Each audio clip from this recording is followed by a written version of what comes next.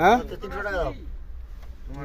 তো কিভাবে কথা বলছে গায়ে হাত দিয়ে? তুই আয়, তুই নিচে আয়। এই দাদা কিছু যাচ্ছি নিচে যাবো না, হ্যাঁ নিচে যাবো না। কেন যাবি না?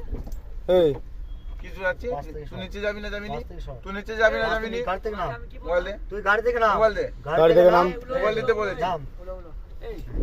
তুই মোবাইল দে, 300 টাকা দিই, আমি দাদাকে দিয়ে যাই। আরে তুমি ফোনটা লাগাও তো আমি হ্যাঁ তুই দাদাকে লাগাবো, ঠিক আছে? রাতের বেলা এত রাতে লাগাবো, এত রাতে লাগাবো না, আমি দরকার হলে গাড়ি দাঁড় করে দেবো কেন?